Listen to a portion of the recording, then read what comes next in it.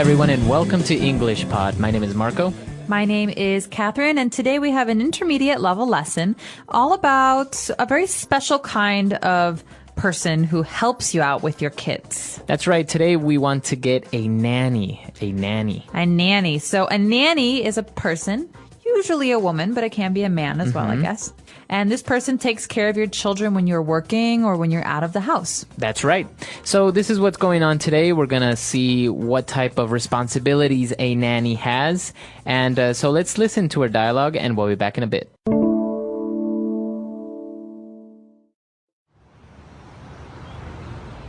Hey Mal, are you up for some tennis today?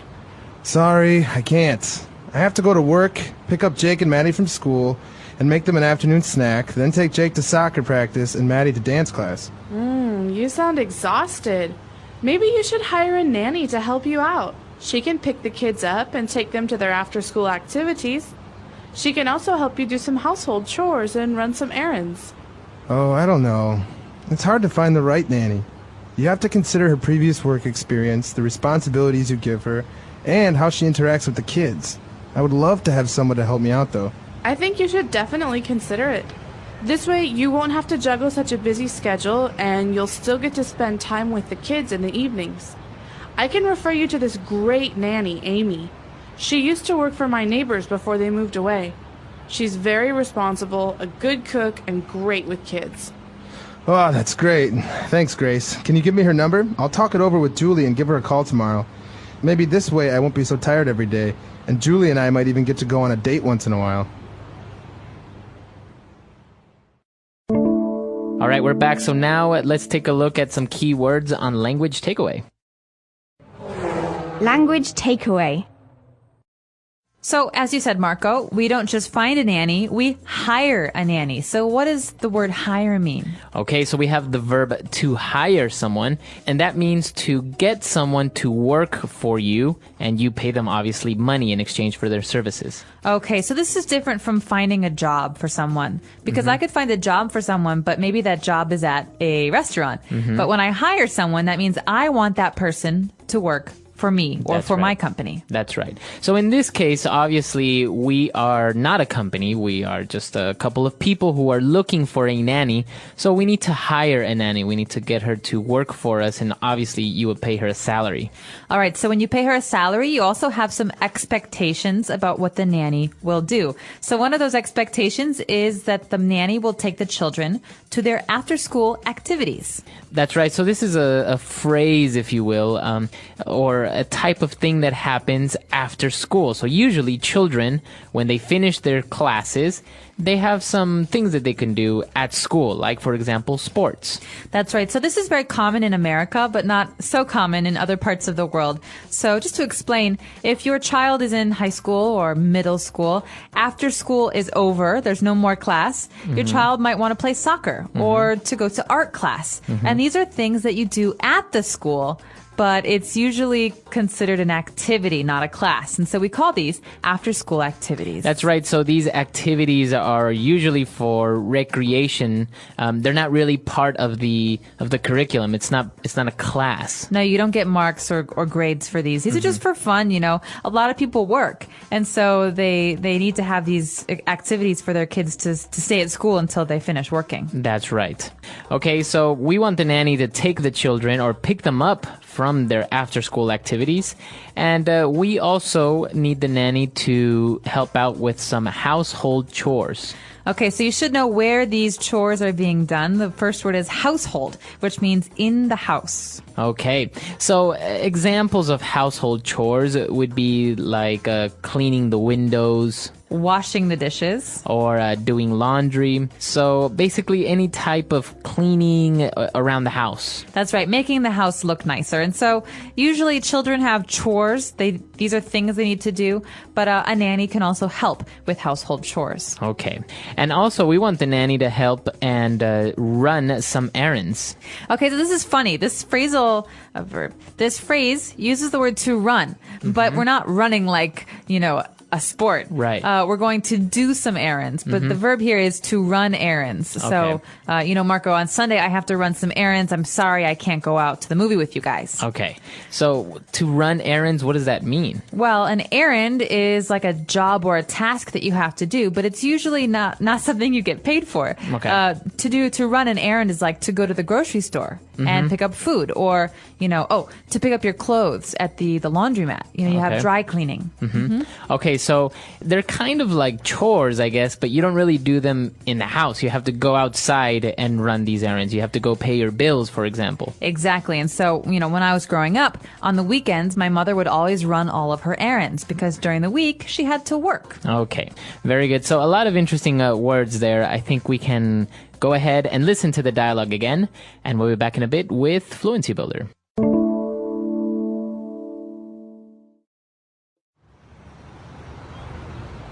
Hey Mel, are you up for some tennis today? Sorry, I can't. I have to go to work, pick up Jake and Maddie from school, and make them an afternoon snack, then take Jake to soccer practice and Maddie to dance class. You sound exhausted. Maybe you should hire a nanny to help you out. She can pick the kids up and take them to their after-school activities. She can also help you do some household chores and run some errands. Oh, I don't know. It's hard to find the right nanny. You have to consider her previous work experience, the responsibilities you give her, and how she interacts with the kids. I would love to have someone to help me out, though. I think you should definitely consider it. This way, you won't have to juggle such a busy schedule, and you'll still get to spend time with the kids in the evenings. I can refer you to this great nanny, Amy. She used to work for my neighbors before they moved away. She's very responsible, a good cook, and great with kids. Oh, that's great. Thanks, Grace. Can you give me her number? I'll talk it over with Julie and give her a call tomorrow. Maybe this way I won't be so tired every day, and Julie and I might even get to go on a date once in a while. All right, we're back with Fluency Builder, and so let's take a look at some of these phrases now. Fluency Builder. So this first phrase is a very kind of spoken English phrase, something that you're going to hear all the time, especially if you're talking to your American friends. We say, are you up for some tennis today? To be up for. Okay, so to be up for something, this is from the very first sentence when Grace says, hey Mel, are you up for some tennis today? What does it mean if I ask someone if they are up for some tennis? This means, would you like to play tennis today? Are you interested in playing tennis today? So is this a good idea for you? Do you want to do this? So basically, are you willing to play tennis today? Yes. All right, so to be up for is to be interested in or willing to do something. Are you up for a movie tonight? All right. Okay, or maybe you can ask your friend, are you up for grabbing a bite to eat later on? Absolutely, I'm hungry. So, to be up for is a good way to ask a question. After that, though, we have another phrase. This phrase is very important when you're trying to get someone to help you. So how do we ask, can you help me?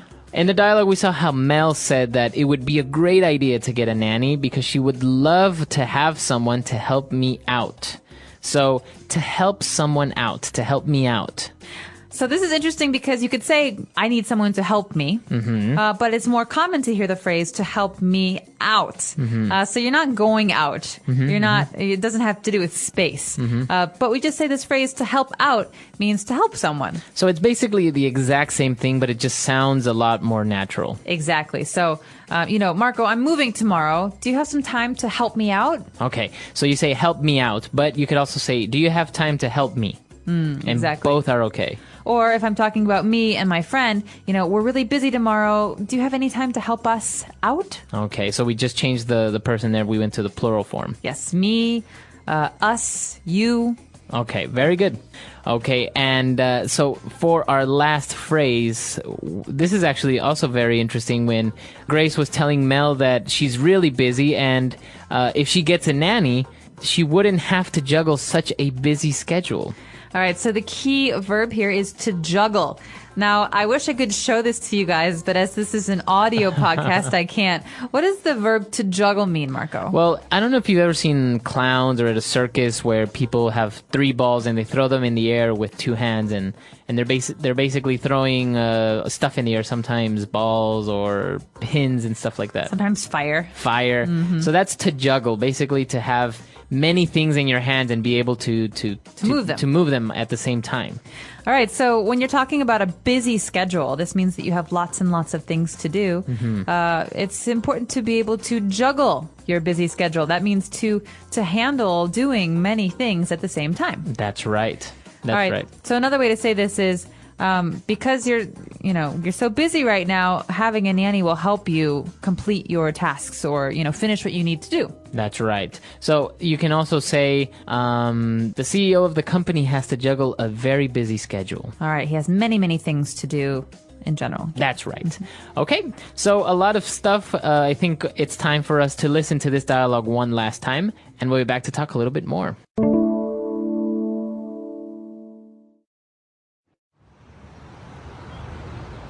Hey Mal, are you up for some tennis today?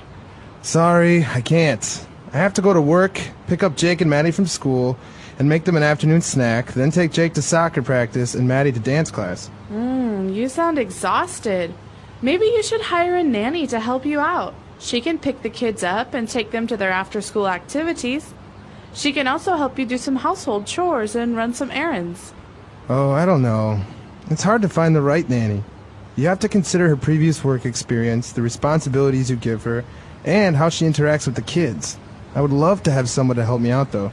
I think you should definitely consider it.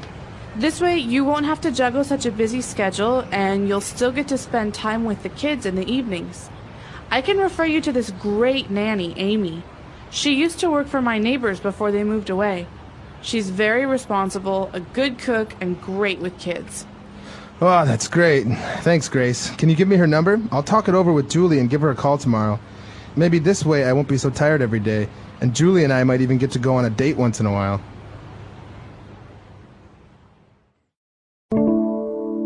So there are a lot of people all over the world who have nannies. I often see them when I go to New York City, women who take out the kids and they push them in strollers, and mom and dad maybe go to work or have classes or something. That's right. Now, this is interesting because there's also another word called a babysitter, but it's different, right? There's a difference between a nanny and a babysitter. They both take care of kids, but I think it's the time that they do it that's a difference. That's right. So a nanny is usually hired on a contract basis. You say, I need a nanny to come and watch my kids every day, Monday to Friday, for the next 6 months. But with a babysitter, you say, hey, my husband and I, we want to go to watch a movie on Friday. Can you come for 2 hours? Okay. All right. So a nanny is long term. It's someone who maybe lives with you, someone who does some work at your house, someone who cleans the dishes and watches the kids.